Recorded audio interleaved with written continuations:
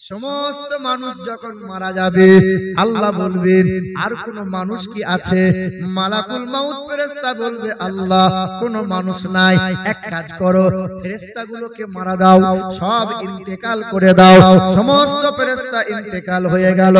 আল্লাহ বলে আর কেউ কি আছে? বলে আমরা 4 জন আছি, জিবরাইল ফেরেশতা, মিকাইল ফেরেশতা, ইসরাফিল ফেরেশতা, আমি ইসরাইল ফেরেশতা আছি। আল্লাহ বলে সবাইকে ইন্তেকাল করে দাও। জিবরাইল ইন্তেকাল হয়ে গেল, মিকাইল ফেরেশতা ইন্তেকাল হয়ে যাবে, ইসরাফিল ফেরেশতা ইন্তেকাল হলো। আল্লাহ বলে আর কেউ কি বাকি আছে? মালাকুল মাউত ফেরেশতা বলবে আল্লাহ আমি আছি, তুমিও মারা যাও। আল্লাহ আমি যদি মারা যাই তোমার হাবিবের নামে দরুদ কে পড়বে বলো? আল্লাহ বলেছিলেন সব মানুষ মরে গেছে, নামাজ রোজা বন্ধ হয়ে গেছে, সব ফেরেশতা মারা গেছে। এই ইসরাইল ফেরেশতা তুমিও মারা যাও। নবীর নামে দরুদ যেমন চলছে আগামীতে দরুদ তেমন চলবে, সব মারা যাবে। আমার হাবিবের নামে দরুদ আমি আল্লাহ পড়ব, দরুদ কখনো বন্ধ হবে না। নারায়ে তাকবীর, নারায়ে তাকবীর, নারায়ে রিসালাত। হযরত আল্লামা মাওলানা আমিরুল চতুর্বেদী সাহেব, নারায়ে তাকবীর। নবী যখন মিরাজে গিয়েছিলেন, মিরাজে আল্লাহ বলছেন হাবিব কি নিয়ে আসলেন? শুনেছেন তো? বলেন তো নবী কি নিয়ে গেলেন? আত্তাহিয়াতু লিল্লাহি ওয়াস সালাওয়াতু ওয়াত তাইয়্যিবাত।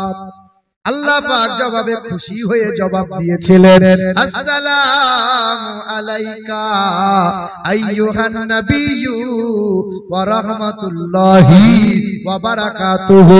নবীকে সালাম দিলেন, রহমত দিলেন, বরকত দিলেন। নবীর মনটা খুশি হয় নাই। আল্লাহ বলেছিলেন হাবিব রহমত বরকত সালাম দিলাম, খুশি কেন হন না? বলে উম্মতের জন্য সালাম কেন দেন না? আল্লাহ বললেন আসসালামু আলাইনা ওয়া আলা ইবাদিল্লাহিস সালিহিন। সুবহানাল্লাহ। উম্মতকেও সালাম দিলাম। ফেরেশতারা বলেছিল আল্লাহ এত নবী পয়গম্বর দেখলাম, এমন নবী কখনো দেখি নাই। সালাম পেল, রহমত পেল, বরকত পেল, খোদার দিদার পেল, অথচ উম্মতকে ভোলে না। আসমানের ফেরেশতারা বলেছিল আশহাদু আল্লা ইলাহা ইল্লাল্লাহু ওয়া আশহাদু আন্না মুহাম্মাদান আবদুহু ওয়া রাসূলুহু। এবার আল্লাহ নবীকে কয় ওয়াক্ত নামাজ দিয়েছিলেন? কয় ওয়াক্ত? 50 ওয়াক্ত নামাজ দিয়ে নবী মুসা নবীর কাছে হাজির হলেন। মুসা নবী বলছেন খোদার কাছে ফিরিয়ে যান, কমিয়ে নিয়ে আসেন। নবী কমায় 50 থেকে 45, 45 থেকে 40, 40 থেকে 35, 35 থেকে 30, 30 থেকে 20, 20 থেকে 25, 25 থেকে আপনার 20, 20 থেকে 15, 15 থেকে 10, শেষে ঠেকলো 5। কথা হলো 9 বার মুসা নবীর কাছ থেকে খোদার কাছে ফিরে ফিরে যায়। কারণ আল্লাহ একবার দিদার করে আল্লাহর জান ভরে নাই, আল্লাহ পাকের মন ভরে না। তাই তো আল্লাহ কায়দা করে 50 ওয়াক্ত নামাজ দিয়েছিলেন। আর মুসা নবীকে বলেছিলেন হে মুসা নবী তোমার কাছে পাঠাইবো, আমার হাবিবকে আমার কাছে পাঠিয়ে দিও। নবী খোদার কাছে যতবার যায় ততবার আমার আল্লাহ নবীকে দরুদ আর সালাম জানায়। হবে দরুদ কখনো বন্ধ হবে? বন্ধ হবে? কাল সকালে দেখবেন চায়ের দোকানে বসে বসে কিছু মানুষের সুনাম আর কিছু মানুষের মুখে বদনাম শোনা যাবে, ঠিক না ভুল বলে? কিছু মানুষ বলবে বর্ধমান থেকে মৌলবি এসেছিল, যা বলেছে তা শুনতে হবে নাকি, আমরা কি ঘাসে মুখ দিয়ে চলি? মানে কিছু মানুষের স্বভাবই ওইটা, মানে বদনাম করা, ঠিক না ভুল বলো? আপনাদের এদিকে গরুর হাট হয় কোথায় হয় গো? কমলাবাড়ি। কমলাবাড়ি কোথায়? হেমদাবাদের কাছে কমলাবাড়ি। তো সব মানুষ গরু পোষে, ছাগল পোষে। তো আপনার গ্রামে এই বাসুদেবপুরে একজন ব্যক্তি মনে মনে চিন্তা করলো, তো সবাই তো গরু ছাগল পোষে, আমি গরু পোষবো না, আমি একটা গাধা পোষবো। এই যে নিজের ছেলেকে নিয়ে গরুর হাটে গেল, গরুর হাটে গিয়ে চতুর্দিকে খুঁজে খুঁজে একটা গাধা পছন্দ হলো। গাধাটাকে কেনার পরে বাড়ি নিয়ে আসছে গ্রামে। তা গাধাটা হাঁটছে, বাপও হাঁটছে, ছেলেও হাঁটছে। তা মোড়ের মাথায় কিছু লোক তখন বলছে, হ্যাঁ গো, তা গাধা খালি পিঠে যাবে কেন? গাধার পিঠে বসে যাও, তোমরা বোকা লোক নাকি, গাধার পিঠে বসে আরাম করে যাবে। তার ছেলে বলছে, আব্বা তুমি চাপো, আমি হেঁটে হেঁটে যাই। তো বাপ গাধার পিঠে চেপেছে। কিছু দূর আস্তে আস্তে মোড়ের মাথায় তখন কিছু লোক বলছে, শালা কেমন বাপ দেখ দেখিনি, ছোট ছেলেটাকে হাঁটিয়ে হাঁটিয়ে নিয়ে যাচ্ছে, ও ঠিক আরাম করে বসে আছে। তো বাপ বলছে, বেটা তুই চাপ, আমি হাঁটি। তো ছেলে চেপেছে, বাপ এবার হাঁটছে। আবার 3 নম্বর মোড়ের মাথায় যখন গেছে, কিছু লোক বলছে, শালা হারামি ছেলে রে, ছেলে মানুষ হয়নি, বুড়ো বাপটাকে হাঁটাচ্ছে আর নিজে কেমন আরাম করে চেপেছে দেখ। তা ছেলে বলছে, আব্বা এক কাজ করে দুজনাই চাপি। বাপও চেপেছে, ছেলেও চেপেছে। 4 নম্বরের মোড়ের মাথায় যখন পার হয়েছে, তো কিছু মানুষ চা খাচ্ছে আর বলছে, এ ছেলে আর বাপের কোনো বিবেক নাই রে, অবলা গাধা, একে মেরে ফেলবে রাস্তাতেই মনে হচ্ছে। তা বাপ বেটা বলছে, আব্বা নেমে যাও, হেঁটে হেঁটে চলো।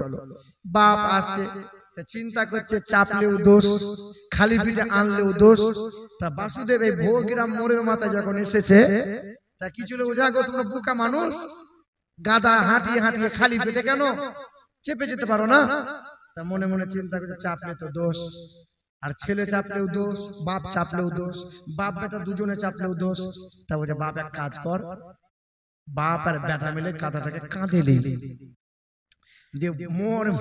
ভোগ্রাম মোড় থেকে কাঁধে নিয়ে গ্রামে এসছে। গ্রামের কিছু লোক মসজিদ থেকে বেরিয়ে বলছে, শালা তোমাদের মতো বোকা লোকে পৃথিবীতে কেউ নাই। বলে কেন? বলে গাধা কেউ কাঁধে করে নিয়ে আসে। বলে বাপ জীবনে যা করবো তাতেই বদনাম, তাতেই দোষ। এক কাজ কর, তুই বদনামি কর, আমাদের কাজ আমি করি। এ বাবা সুন্দর এক মাদ্রাসা, এই মাদ্রাসার কত মানুষের সহযোগিতা আর কত মানুষের হিংসা। কিছু মানুষ সুনাম করে তো কিছু মানুষ বদনাম করে, করতেই থাকো, কারণ খোদা চেনা যদি সহজ হয় তা দুজকটা কেন হবে বাপ? দুজকটা এমনি এমনি নয়। শোনো বন্ধু, কোরআন পাঠিয়েছে কাদের জন্য? ওয়াজের লাইন ভুলে যেও না। কোরআন পাঠিয়েছে কাদের জন্য? পৃথিবীর কোন রাজনৈতিক নেতা যদি চক্রান্ত করে আর পৃথিবীর মাটি থেকে কোরআন যদি সব কোরআন গুলোকে নিয়ে যদি আগুনে পুড়িয়ে দেওয়া হয়, বলো পৃথিবী থেকে কোরআন কি হারিয়ে যাবে? পৃথিবীর সব কোরআন যদি আগুনে পুড়িয়ে দেওয়া হয়, সব কোরআন যদি নদীতে ভাসিয়ে দেওয়া হয়, পৃথিবী থেকে কোরআন কি হারিয়ে যাবে? না, বাইবেলের কোন হাফেজ নাই, বেদ পুরাণের কোন হাফেজ নাই, মহাভারতের হাফেজ নাই, গীতার হাফেজ নাই। লক্ষ লক্ষ মায়ের সন্তান হাফেজে কোরআন আছে না নাই?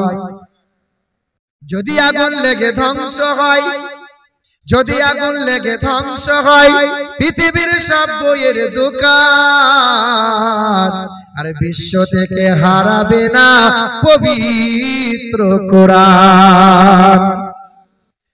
যদি আগুন লেগে ধ্বংস হয় পৃথিবীর সব বইয়ের দোকান, আর বিশ্ব থেকে হারাবে না পবিত্র কোরআন। বলো কেমন করে করবে ধ্বংস? বলো কেমন করে করবে ধ্বংস তোমার আগুনের তেজ?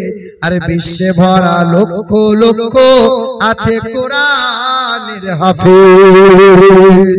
আবার ছাপাবে তারা, আবার ছাপাবে তারা আসমানি গ্রন্থ, বাঁচাবে আর কোরআনের সম্মান। আর বিশ্ব থেকে হারাবে না পবিত্র কোরআন। যারা বলো নারে তাকবীর, নারে তাকবীর, নারে রিসালাত। ইয়া রাসূলুল্লাহ। মুসলমান কোরআন কেউ মুছে দিতে পারবে?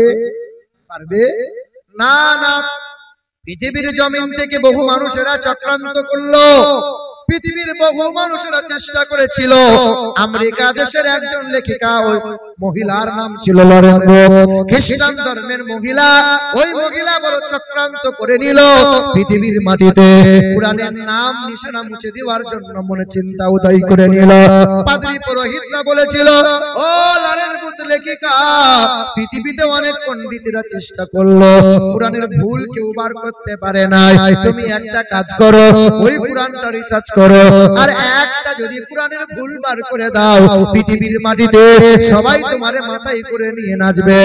একটা কোরআনের যদি ভুল বার করে দাও, তোমার সবাই সুনাম করবে, আর মুসলমানদের নাম নিশানা সব মুছে যাবে। কোরআনের ভুল বার করে দেখাও। খ্রিস্টান ধর্মের মহিলা ন্যাংটা পোশাক পরে কোরআনটা বাম হাতে করে নিয়ে উঁচু করে তুলে ক্যামেরার সামনে বলেছিল, সাংবাদিকদের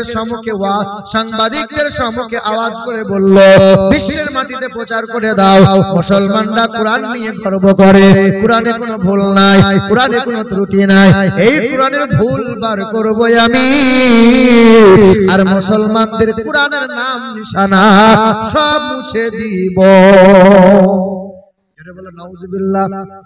সম্ভব? কেউ পারে নাই, আগামীতে কেউ পারবে না। আচ্ছা বলুন, আবু জেহেল নবীকে সবচেয়ে বেশি কষ্ট দিয়েছিল না দেয়নি?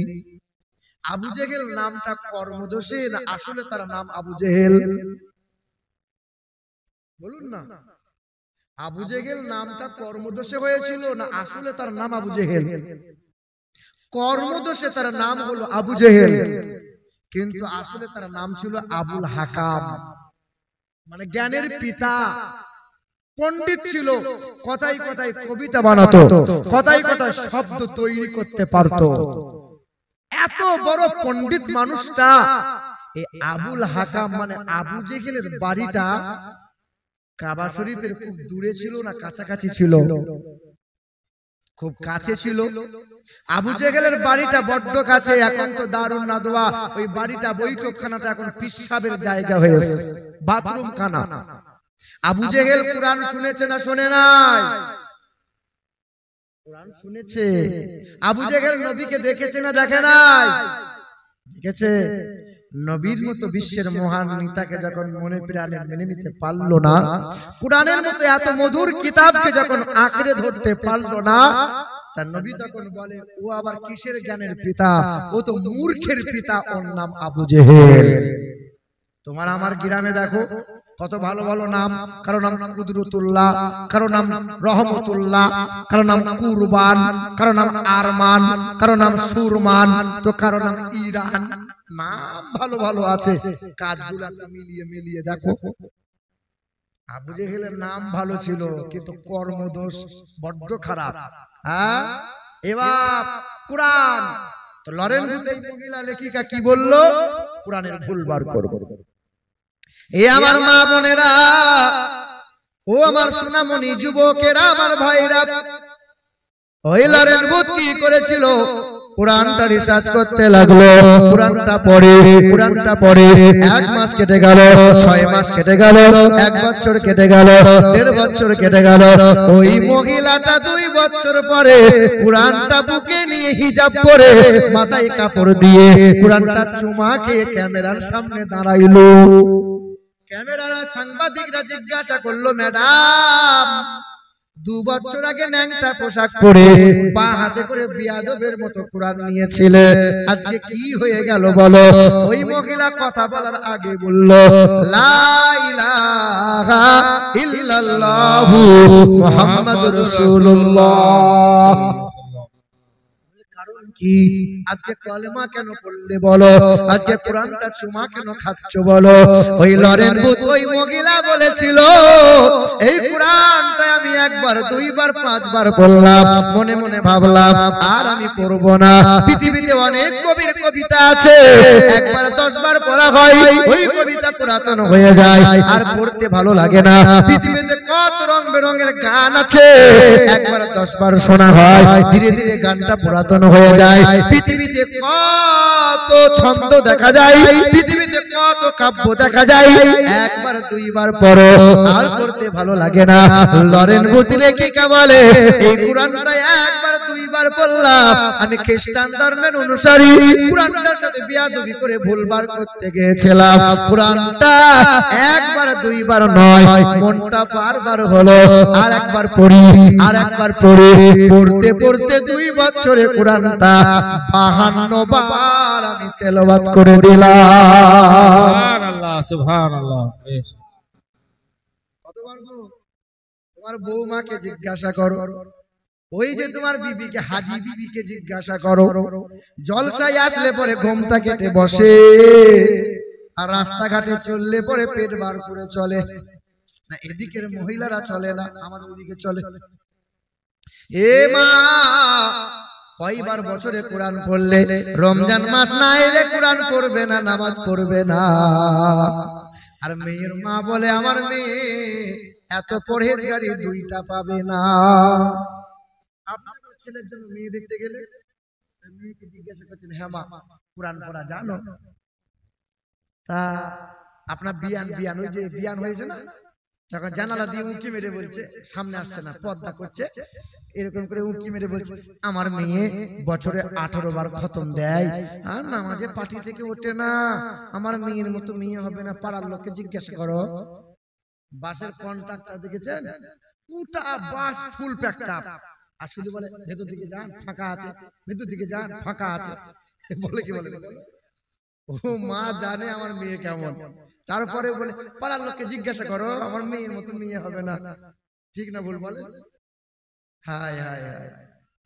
এ আমার মা, তোমার জন্য জান্নাত পাওয়া বড় সহজ।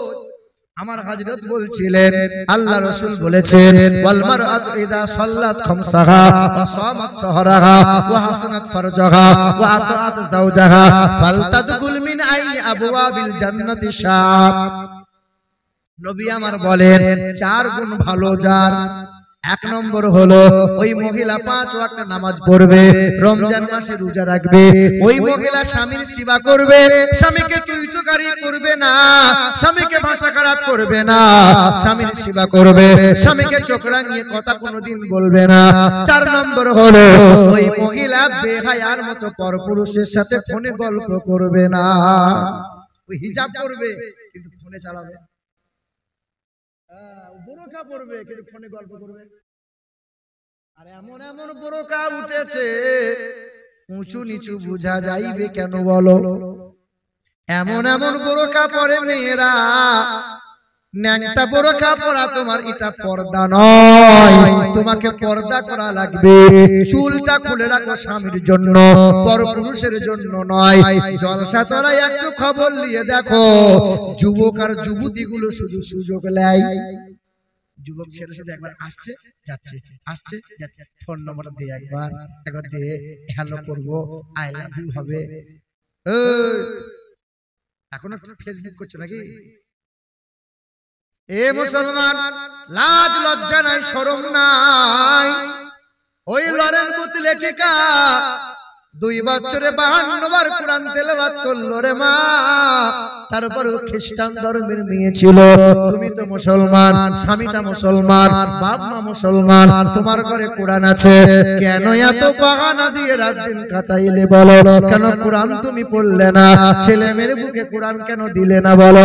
গ্রামে মাদ্রাসা, মনে মনে ধারণা আমার ছেলে মাদ্রাসায় পড়তে দেবো না, মাদ্রাসায় ফকির তৈরি হবে, আমার ছেলে কলেজে পড়বে, ভার্সিটিতে পড়বে, ডাক্তার হবে, মাস্টার হবে।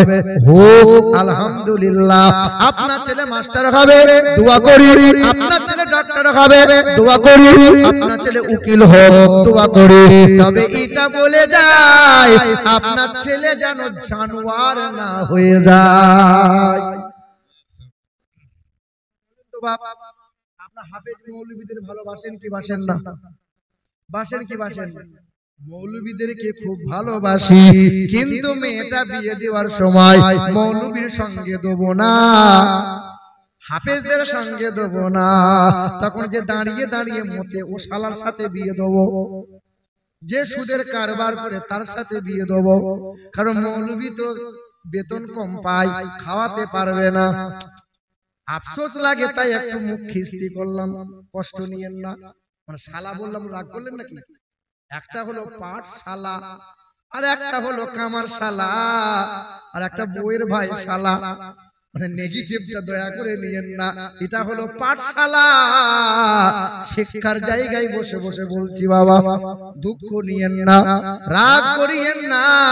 আমাদের মনে মনে ধারণা গ্রামে মাদ্রাসা আছে, মুর্শিদাবাদের ছেলে পড়বে, দক্ষিণ দিনাজপুরের ছেলে পড়বে, আমার ছেলে পড়বে না। ও বাপ, তোমার ছেলেকে মৌলবি করাতে হবে না, তোমার ছেলেকে হাফিজ বানাতে হবে না, তবে তোমার ছেলে যেন মানুষ হয়, তোমার ছেলে যেন কোরআনটা পড়তে পারে, বেসিক ট্রেনিংটা নিতে পারে, ইসলামিক প্রাথমিক শিক্ষা যেন গ্রহণ করতে পারে, পাক না পাকটা যেন জানতে পারে, হারাম হালালটা যেন চিনতে পারে, বৈধ অবৈধটা জানতে পারে। তোমার ছেলেকে হুজুর হওয়া লাগবে না, এত পরিমাণে হুজুর হয়ে গেছে, হুজুর আর দরকার হবে না। এ ভাইরা আমার, ও আমার মা বোনেরা, ওই লরেনগঞ্জ খ্রিস্টান ধর্মের মেয়েটা 2 বছরে 52 বার কোরআনটা তেলাওয়াত করার পরে ক্যামেরার সামনে দাঁড়িয়ে বলেছিল, আমি 2 বছরে 52 বার কোরআনটা পড়লাম। এই কোরআন পড়ে জানতে পারলাম আল্লাহ পৃথিবীতে মানুষকে সুন্দর করে বানাইছে, তবে সুন্দরের চাইতে সুন্দর যিনি, সর্বদিক দিয়ে আলা ও আজিম যিনি, তিনি হলেন হাবিবে কিবরিয়া জানাবে মুহাম্মাদুর রাসূলুল্লাহ। নবীর মতো এত সুন্দর পৃথিবীতে কেউ হবে না।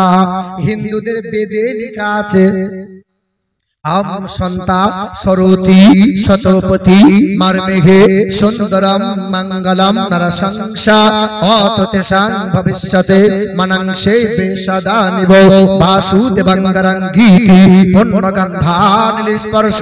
পৃথিবীর জমিনে একটা গুরু আসবেন, তিনি একটা ধর্মের গুরু হবেন না, জগৎ গুরু হবেন, বিশ্বের মহান নেতা হবেন, বিশ্বের প্রধান বিচারপতি হবেন, তিনি অর্থমন্ত্রী হবেন, তিনি রাষ্ট্রমন্ত্রী হবেন, তিনি পররাষ্ট্রমন্ত্রী হবেন, তিনি হবেন আল্লাহর প্রিয়ারা নবী, যার চেহারা দিয়ে সুগন্ধি বার হবে।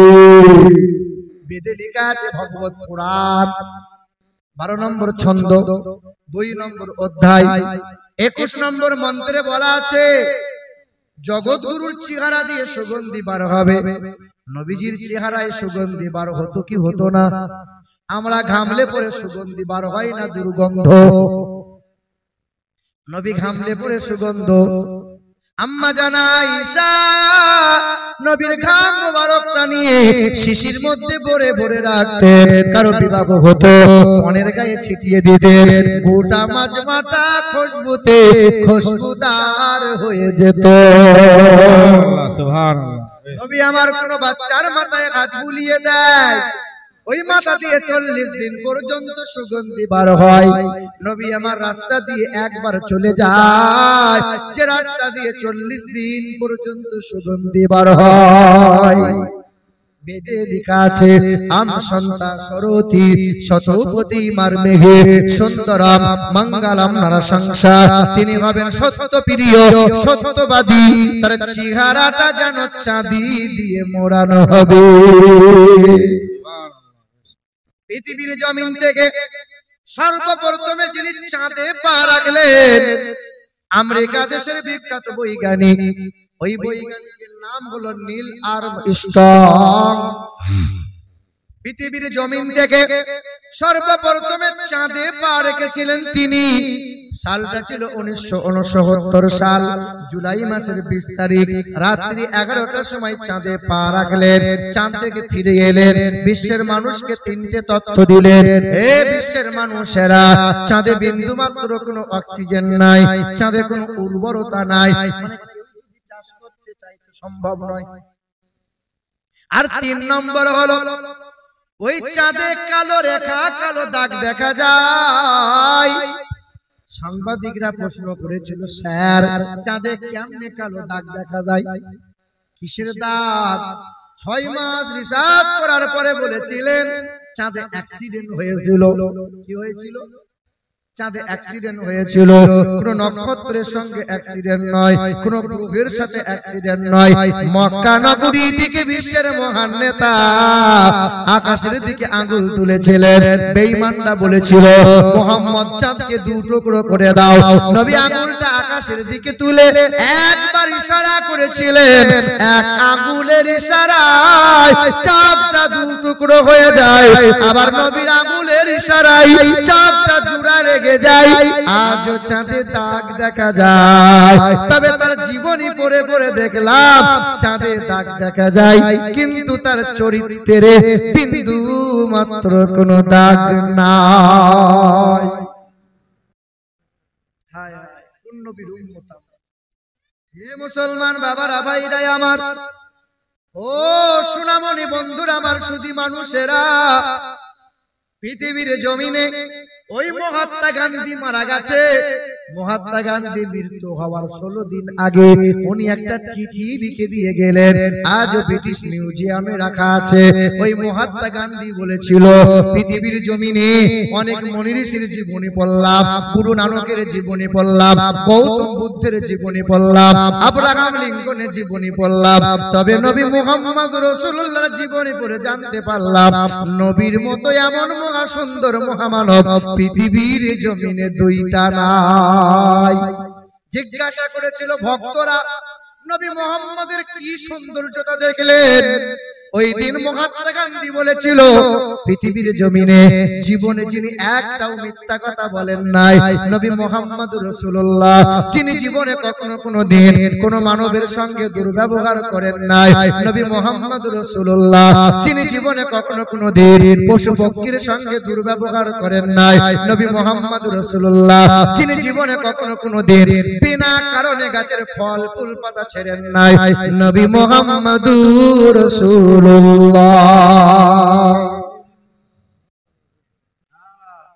ওই নদিয়া জেলা হরিণঘাটা বলে একটা জায়গায় আছে রে, এ ক্যামেরাম্যান রেকর্ড করে নাও। নদিয়া জেলা হরিণঘাটা একটা মুসলমানের ছেলে হিন্দু মেয়েকে বিয়ে করেছিল। মাস্টার, পুরুষটা মাস্টার, 22 বছর সংসার করে 2 ছেলে। ওই পুরুষটা নামাজ পড়ে, কোরআন পড়ে, আর মহিলা এক ঘরে বসে বসে ঠাকুরের পূজা করে। 22 বছর হয়ে গেল, মহিলা কিন্তু কলমা পড়ে না, ইসলামকে পছন্দ করে না। আমাকে ফোন করে, হুজুর আপনার ওয়াজগুলো বড় ভালো লাগে, আমি আপনার ওয়াজগুলো শুনি, আমার বিবির জন্য একটু দোয়া করে দেন, যেন আমার বিবিটা একটু কোরআন পড়ে, কলেমা পড়ে নেয়। আমি বললাম, তোমাদের এলাকায় আমার মাহফিল আছে? বলে, হুজুর ভালো হবে, আপনি আমার ঘরে একবার আসবেন। ঠিক আছে। আমি একটু আগে আগে গেলাম। আজকে যেমন একটু আগে আগে এসে কাশিমপুরে আমার মোহাব্বতের ছেলেদের কাছে ছিলাম। সোনাবাড়ি আছে, কাশিমপুর আছে, হেমদাবাদের এলাকা জুড়ে অনেক মোহাব্বতের ভাইরাস। সোনাবাড়িতে এসেছে নাকি? এ বাবাজিরা, ভাইরা আমার, সেই দিন একটু আগে আগে গেলাম। ওই মাস্টার মশাই আমাকে তার বাড়ি নিয়ে গেলেন। আমি যখন তার বাড়ি গেলাম, কেউ তো সাপের মতো বউটা ফস ফস করছে, সহ্য করতে পারছে না। মৌলভী সাহেব কেন আমার ঘরে আসবে? ওই মহিলায় আমার সামনে দাঁড়ায়। আমি বললাম, বোন আমার, তুই কলেমা কেন পড়িস নে? এত সুন্দর ইসলাম, তোর কি ভালো লাগে না? বলে, হুজুর আপনি দয়া করে আমাকে কালেমা শোনাতে আসবেন না, আমি কলেমা পড়ব না, আমি কোরআন ভালোবাসি না, আমার আজান ভালো লাগে না, কারণ আমার অন্তরে আছে দুর্গা ঠাকুর, অন্তরে আছে শিব, অন্তরে আছে কার্তিক গণেশ, কারণ তার অন্তর শিল মারা আছে, অন্তর তো মরিচা পড়ে আছে। আমি মনে মনে চিন্তা করলাম, বেশি ঘাটানো যাবে না, তবে পৃথিবীর সবচেয়ে বড় হাতিয়ার হলো দোয়া। মুসিবতে পড়লে আল্লাহর কাছে কেঁদে কেঁদে দোয়া করো, নামাজের সিজদায় পড়ে দোয়া করো, আল্লাহ পেরেশানি দূর করে দেবে, বড় বড় রোগ ব্যাধিকে আল্লাহ শিফা করে দেবে। আমি মালিকের দরবারে দোয়া করলাম, আল্লাহ সিজদায় পড়ে তাহাজ্জুদের নামাজ পড়ে দোয়া করলাম, ও দয়ার মালিক আল্লাহ, কত পণ্ডিতেরা কালেমা পড়ে মুসলমান হয়, কত পুরোহিতরা কালেমা পড়ে ঈমানদার হয়, ও তো ছোটখাটো একজন মহিলা, ওর জুবানে কালেমা তুমি নসিব করিয়ে দাও। দুই ছেলে কোরআন নামাজ পড়ে, স্বামীও নামাজ কোরআন পড়ে, বিবি একটা ঘরে বসে বসে শুধু ঘন্টা বাজায়, নামাজ কালাম না না কলেমা পড়বে না। আল্লাহ পাকের দরবারে দোয়া করি, 21 দিন পার হয়ে গেল। 21 দিন পরে ওই মহিলা ফোন করে বলে, হুজুর আপনি কি রাগ করেছেন? আমি আপনার সাথে ভালো ব্যবহার করি নাই বলে আপনি কি আমাদের বাড়ি আসবেন না? একবার আমাদের বাড়ি আসেন, আমার অন্তরটা যেন একটু ইসলামের দিকে ধাবিত হচ্ছে। আল্লাহর কাছে শুকরিয়া আদায় করলাম, আল্লাহ জীবনে আজ পর্যন্ত 16 জনা কালেমা পড়ে মুসলমান হলো আমার হাতে, আল্লাহ ওটাই কেন বাকি থাকবে? 17 করে দাও। মালিকের দরবারে দোয়া করলাম, খাস করে তার বাড়িতে গেলাম। ওই মহিলা বলতে, হুজুর আমি আপনার কথাগুলো শুনেছি, তবে কালেমা পড়বো আমি, তবে মাঝে মধ্যে আমাকে পূজা করার অনুমতি দিতে হবে। কালেমা পড়বে, মুসলমান হবে, কিন্তু পূজাও করবে। মনে মনে চিন্তা হলো, এই মহিলা কালেমা পড়বে আবার পূজা করবে, এটা কেমনে হয়? কিন্তু ইতিহাস দেখা যায়, একজন ব্যক্তি পীর সাহেবের কাছে বলছে, হুজুর আমি বায়াত হব, কিন্তু আমি মদ খাবো, আমি বায়াত হব, মুরিদ হব, কিন্তু নামাজ পড়তে আপনি বলবেন না। পীর সাহেব বলছে, বাবা তুই বায়াত হ, তোকে মদ তুই খা, অসুবিধা নাই, মানা করবো না, আর তোকে নামাজও কোনোদিন পড়তে বলবো না। আচ্ছা এইরকম মুরিদ নিয়ে দরকার আছে কিছু? সে মদও চালাবে, নামাজও পড়বে না। তা পীর সাহেব বলছে, বাবা তুই মুরিদটা হ, তোকে নামাজ পড়তেও বলবো না, তোকে মদ খেতে মানাও করবো না, তবে আমার কাছে বসবি তুই। নামাজের সময় হয়, সবাই নামাজ পড়ে, ওই মানুষটা নামাজ পড়ে না, বসে থাকে। মদের সময়টা পার হয়ে যায়, মদ খাওয়া হয় না। মানুষের মনটা একটু খিদিবিদি হয়, সবাই নামাজ পড়ে, আমিও যদি পড়ি তো কি হবে, পড়ি। ওই মানুষটা ধীরে ধীরে নামাজ পড়া শুরু করলো, মদটা ছেড়ে দিল। ওই মদখোর মানুষটা পরবর্তী জামানায় একজন আল্লাহ পাকের বুজরুগ বান্দা হয়ে গেল। ইতিহাস খুলে দেখেন, হাসান বসরি ওয়াজ করেছিল, হাজার হাজার জনতা ওয়াজ শুনেছিল, এক কোণে বসে বসে ওয়াজ শুনেছিল। ডাকাতের সর্দার ফুজাইল ইবনে আয়াদ বসে বসে ওয়াজ শুনেছিল, ঝরঝর করে কান্না করেছিল। ওই ফুজাইল ইবনে আয়াদ জামানার বিখ্যাত আল্লাহর ওলি হয়ে গেল। আল্লাহর ওলি ওয়াজ করেছিলেন, ফুজাইল ইবনে আয়াদ ওলি হয়েছে। বাশার হাফি মাতাল, মদ খায়, রাস্তায় পড়ে থাকা কোরআনের আয়াত দেখতে পেয়েছিল। ওই কোরআনের আয়াতটা তুলে নিয়ে ধুলাবালি ছেড়ে ওই বাশার নামক যুবকটা কোরআনের আয়াতে চুমা দিয়েছিল, আদর খুশবু লাগাইছিল। প্রতিদিন সকাল সন্ধ্যা কোরআনের আয়াতকে চুমা দেয়, আবার মদ পান করতে যায়। হাসান বসরি ছুটে এসে বলে, বাবা তোর প্রতি আল্লাহর ইলহাম হয়েছে বাবা, হে বাশার, বাশার আয় বাবা আয়। যুবকটা টলতে টলতে হাসে। আল্লাহর ওলি বলে, বাবা যুবক সাবধানে আয়, স্লিপ খেলে পরে হাত পা ভেঙে যাবে।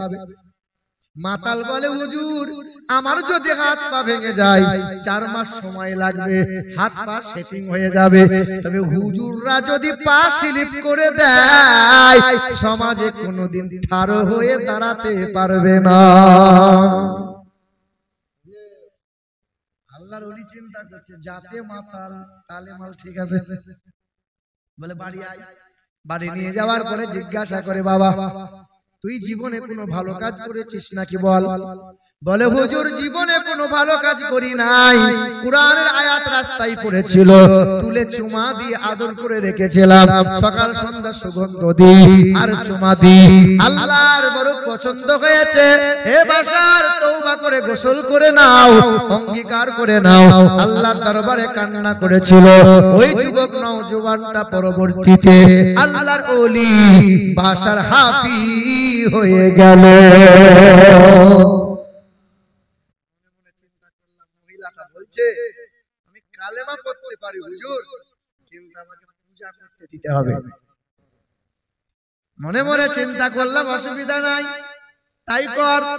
ওই নদিয়া জেলার হরিণঘাটার ওই মহিলাটা 22 বছর ধরে সংসার করার পরে মহিলাটা পড়ে নিল কালমা লা ইলাহা ইল্লাল্লাহু মুহাম্মাদুর রাসূলুল্লাহ, আর মাথায় সিঁদুর দেয় না। 2-4 মাস যাওয়ার পরে আল্লাহ পাকের দরবারে দোয়া করেছিলাম, ওই মহিলা নিজে নিজে ঠাকুরগুলো নিয়ে নদীতে পুকুরে ভাসিয়ে দেয়। ওই মহিলা তওবা করে নেয়। ওই মহিলাটা এমন একজনা হয়ে গেল, এখন 5 ওয়াক্ত নামাজ পড়ে, তাহাজ্জুদের নামাজ আর মহিলা কাজা করে না। বলো মা, তুমি কেন নামাজ পড়লে না? হায় হায় হায়, আমরা নবীকে ভালোবাসি কি বাসি না? হ্যাঁ, ভালোবাসি কি বাসি না? নবী তোমার জন্য কি করেছে জানো? আম্মা জান আয়েশা আসরের নামাজ পড়ে দরজার কাছে দাঁড়িয়েছিলেন। আম্মা আয়েশা নবী মসজিদে গেছেন, নবী মসজিদে গেছেন, নবী আসবেন তো মা আয়েশা নবীকে ধরে কিছু কথা বলবেন। আম্মা জান আয়েশা দেখছেন নবী আসে না, নবী আসে না। আসরের নামাজ হয়ে গেল, মাগরিবের ওয়াক্ত চলে এলো, বিলাল আজান দিয়ে দিল। এমন সময় আম্মা জান আয়েশা দেখছেন যে মাগরিবের নামাজ বাদ পা পা করে নবী আসছেন। আম্মা জান আয়েশা নবীকে দেখার পরে বলছেন, আসসালামু আলাইকা ইয়া রাসূলুল্লাহ, আসসালামু আলাইকা ইয়া হাবিবাল্লাহ। নবীর কদমটা থমকে গেল। বিবি আয়েশা সালাম জানাই, সালামের জবাব দিয়ে চেহারাটা ঘুরিয়ে বলে, বিবি আয়েশা কি মনে করে সালাম জানাও? আম্মা জান আয়েশা বলে, ইয়া রাসূলুল্লাহ, আসরের নামাজটা পড়ে আপনার জন্য ইন্তজার করে বসেছিলাম। ওগো আল্লাহর নবী, একবার আমার কাছে আসুন, মনের জমানো কথা রয়েছে আপনাকে শোনাতে চাই।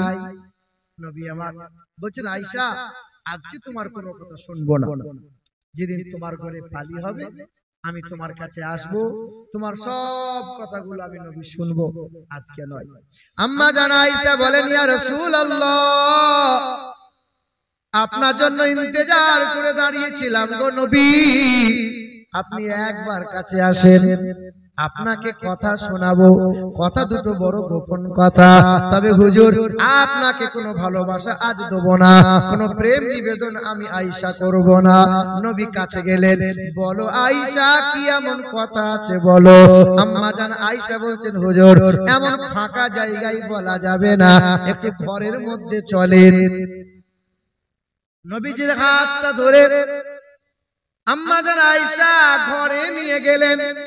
দরজাটা বন্ধ করে দিয়েছেন, জানালাটা বন্ধ করে দিয়েছেন। আল্লাহর নবীর সামনে দাঁড়াইয়ে দাঁড়াইয়ে আম্মা আয়েশা বুকের কাপড় সরাচ্ছেন। নবী বলছেন, আয়েশা বুকের কাপড়টা সরাচ্ছে কেন আয়েশা? আম্মা জান আয়েশা কেঁদে ফেলেছিলেন। আম্মা জান আয়েশা কেঁদে বললেন, ইয়া রাসূলুল্লাহ, আমি কথা দিয়েছি আপনাকে কোনো ভালোবাসা দেব না, আজ আপনাকে প্রেম নিবেদন করব না। আমি আয়েশার বুকের কাপড়টা নামাচ্ছি, জানালাটা বন্ধ আছে, দরজাটা বন্ধ আছে, কেউ জানতে পারবে না, কেউ দেখতে পাবে না।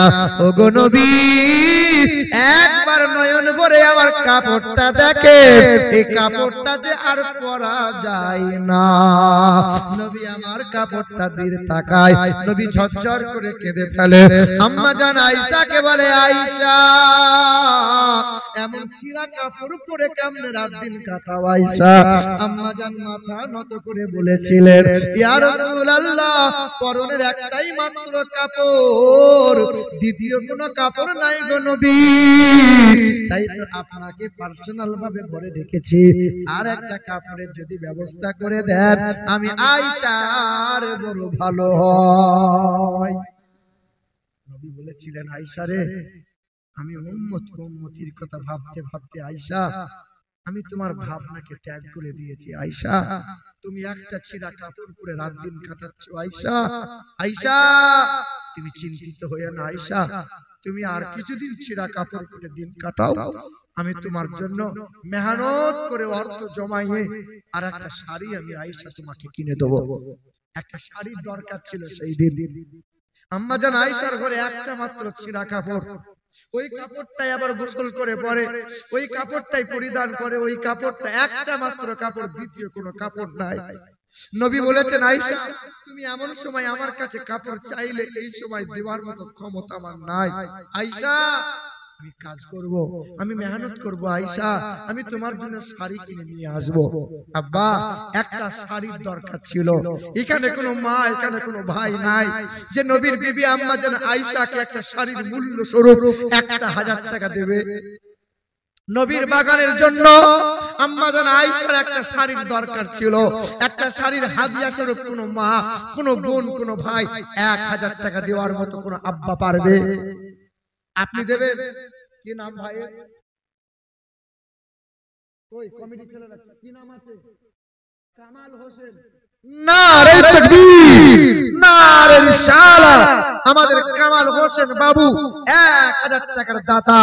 জি, জুড়া হওয়ার মতো আর একজন বাপের বেটা 1000